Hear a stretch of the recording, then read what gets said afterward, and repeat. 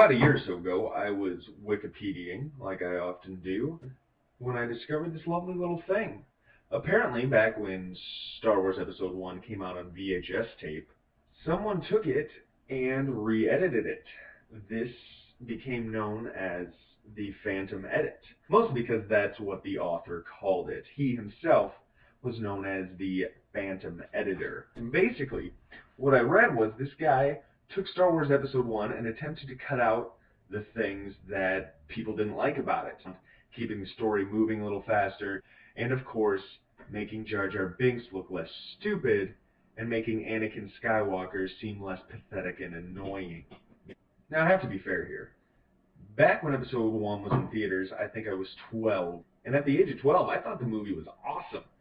Now, as I've grown older and wiser, I've noticed some of the flaws naturally. It's kind of slow, not very well acted, and the story does seem a little all over the place.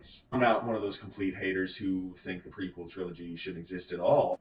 See Darth Vader as this innocent kid and wonder what the heck goes wrong here? How is he going to go from this to like the sweetest villain of all time? Also seeing the Emperor set about these evil schemes throughout the Old Republic in order to set in motion what eventually become the Galactic Empire. And of course, let's be honest, the lightsaber battle with Darth Maul is still awesome. So naturally, I had hope that maybe this Phantom Edit really could fix some of the flaws. Just recently, I was able to track down a copy, and I watched it, and I have to say, it is a better version. For one, it moves a lot faster. In fact, it maybe moves a little too fast. Also, Jar Jar is less annoying, and almost seems important to the journey. It's quite clear when Qui-Gon Jinn and Obi-Wan, which saying those names side by side sounds really ridiculous. But anyway, it's quite clear when Qui-Gon Jinn and Obi-Wan and Jar Jar Binks are in the underwater city in Naboo, and they're before Boss Nass. Boss Nass, who's the guy who does the in case you're not sure, he decides Jar Jar needs to be punished, and Qui-Gon thinks that there's something special about Jar Jar and he could be useful in their journey, and persuades Boss Nass for him to come along. This is a point that is actually brought about in the Phantom Edit, as Jar Jar seems to get in the way less, and also doesn't surrender in the final battle. I believe you all will remember the words, "my give up." Yeah, great leadership there, Jar Jar. You definitely deserve to be awarded at the end of the movie. No, you deserved to be taken in front of the entire population of Naboo and executed, which would have been great. In fact, I think I could have rested with Darth Maul dying if Jar Jar would have been executed. The Phantom Edit you really don't care about as much. Also, Anakin, while Jake Lloyd's still not a good actor, he is a less annoying actor. The yippies, the wahoos, things like that, taken out. The end, when he's blowing stuff up in the ship and he flies off into battle, he does that on purpose rather than accident, like a Jedi would. That's, in fact, probably the greatest improvement the Phantom Editor made. You know, I do have to wonder, out of all the child actors in the world, how did Jake Lloyd get cast as Anakin Skywalker? The kid, even by child actor standards, is a terrible actor. The only other movie I've ever seen him in is Jingle All the Way, and he was even worse than that. As far as I know, he's given up acting completely because he sucks and everyone hates him. Now, some of you will probably say, oh, what about Hayden Christensen in Episode 2, playing Anakin in that? He was Mannequin Skywalker. Yeah, except for the fact that Hayden Christensen's movie before Episode 2 was Life as a House, which he was nominated for a Golden Globe because he gives a pretty darn good performance in it. I don't know how he went from Golden Globe to his performance in Episode 2. Ultimately, the biggest question, is it alright for this guy to take George Lucas's movie and re-edit it? In case you didn't know, George Lucas didn't actually direct Empire Strikes Back or Return of the Jedi. He just wrote the stories and produced them. He had a big hand into it, and he did some second unit directing.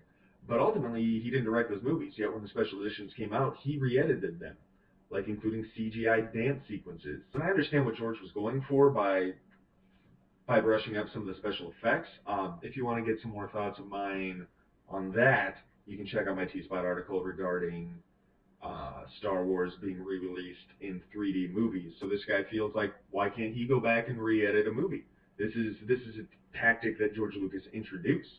And I think what he did with the movies is, at the very least, a pretty impressive feat. And also the movie comes with an optional commentary track where the Phantom editor does a pretty darn good job of justifying why he cut what he did. And what I'm most curious about is what is George Lucas going to do about this? I know he's seen it. Lucasfilms itself has issued statements on it, at one point supporting it, and now apparently not so for it.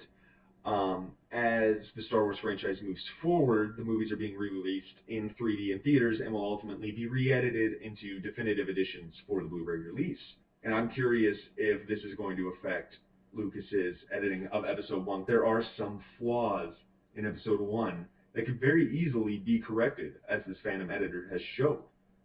Will he be willing to cut some things out, make Jar Jar a little less annoying, make Anakin a little less pathetic, and maybe make the movie flow a little bit faster? I guess the ball's in his court. And George, I don't mean any disrespect. Even though the Phantom editor comes forward a little brash at times, I don't think he means any disrespect either. The only reason we care so much, watch these things, change these things, edit these things, critique these movies is because we love Star Wars. And when the prequel trilogy came out, a lot of respect was lost for Star Wars. And that sucks for all of us. We wanted to take back some of that respect. So I think this is a great opportunity. And as for you fans, I highly suggest you try and track down a copy of the Phantom Edit. Of course, first owning Episode 1 itself. Give it some thought, see how it works as a story, because the original Star Wars movies were about story and characters laid against the backdrop of special effects. And the new movies ultimately became about special effects and trying to squeeze story in where they could. The Phantom editor also re-edited Star Wars Episode 2. It's called Star Wars Episode 2 Attack of the Phantom. I've managed to track that down. We'll be watching it soon, and we'll be making a post on it. Look forward to that. In the meantime, enjoy the Star Wars that you can, and may the Force be with you.